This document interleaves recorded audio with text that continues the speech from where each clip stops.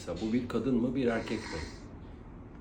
Yani erkekler gibi kadınlar da aynı şekilde horlayabiliyor.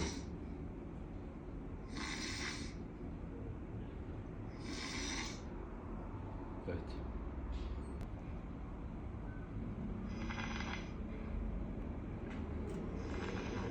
Bu daha hafif. Bu hafifi. Bunların daha yani beni uykudan uyandırabiliyor hocam.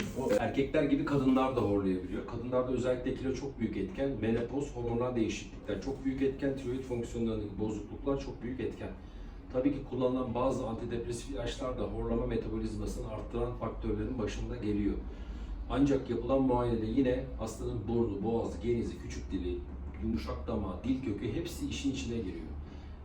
Kilo verseniz bir anda hastalığınız değişmiyor aslında.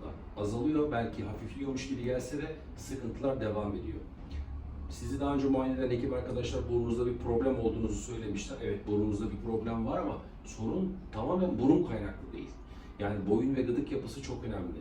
Nasıl boyun ve gıdık yapısı genişleyince aslında içeri doğru da daralıyoruz.